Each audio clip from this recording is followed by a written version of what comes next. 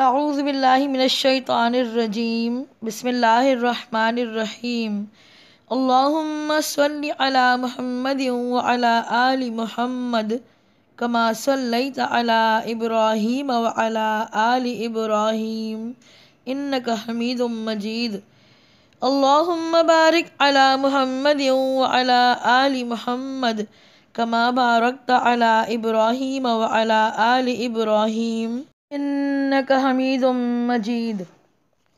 السلام علیکم معزز ساتھیوں، آج ہم حاضر ہوئے ہیں اگلی سنتیں لے کر۔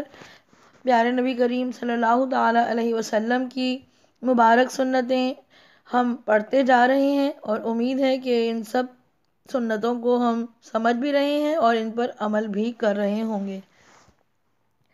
اگلی سنتیں ہیں بالوں کی سنتیں۔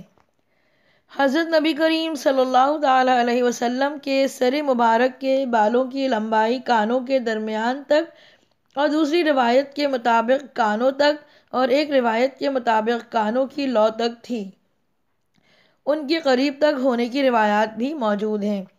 سر کے بال رکھنا کانوں کی لو تک یا اس سے کسی قدر نیچے سنت ہے۔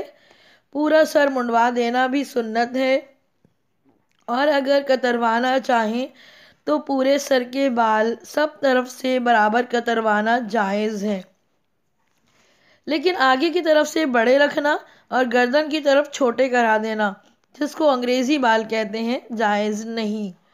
درمیان سے بعض بچے بالوں کی بیچ سے بڑھا کے اوپر کی طرف کھڑے کرتے ہیں اور سائڈ سے بھی منڈوا دیتے ہیں، تو وہ بھی طریقہ نبی کریم صلی اللہ تعالیٰ علیہ وسلم کا ناپسندیدہ ہے۔ اسی طرح سر کا کچھ حصہ منڈوا دینا اور کچھ حصہ چھوڑ دینا بھی جائز نہیں۔ اللہ تعالیٰ ہر مسلمان مرد کو اس سے بچائے، آمین۔ داڑھی کو بڑھانے اور مونچھوں کو کم کرنے کے متعلق احادیث میں حکم وارد ہے۔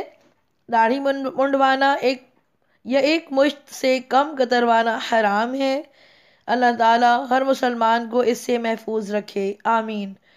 ایک مشت داڑھی رکھنا واجب ہے اور ایک مشت کی مقدار سنت سے ثابت ہے۔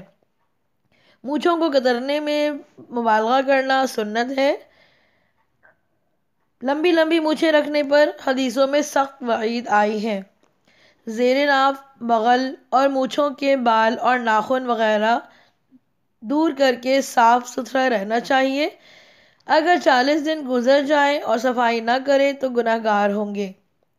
بالوں کو دھونا، تیل لگانا اور کنگھا کرنا مسنون ہے، لیکن ضرورت نہ ہو تو بیچ میں ایک آدھ دن ناغہ کر دینا چاہیے۔ کنگھا کریں تو پہلے دائیں جانب سے شروع کریں۔ کنگھا کرتے ہوئے حسب ضرورت جب بھی آئینہ دیکھیں تو یہ دعا پڑھیں: اللہم انت حسنت خلقی فحسن خلقی۔ ترجمہ: اے اللہ، جیسے آپ نے میری صورت اچھی بنائی، میرے اخلاق بھی اسی طرح اچھا کر دیجئے، آمین ثم آمین۔ ساتھیوں، یہ آج کی سنتیں تھیں، انہیں اچھی طرح سمجھ لیجئے اور دل میں دوبارہ یہ عہد کریں کہ ہم تمام فضول رسموں اور رواجوں سے بچ کر اپنے آپ کو نبی کریم صلی اللہ تعالیٰ علیہ وسلم کی سنتوں پر لگا دیں گے اور انشاءاللہ العزیز دنیا اور آخرت دونوں جگہ کامیابی کا یہی راستہ اپنائیں گے۔ السلام علیکم ورحمۃ اللہ وبرکاتہ۔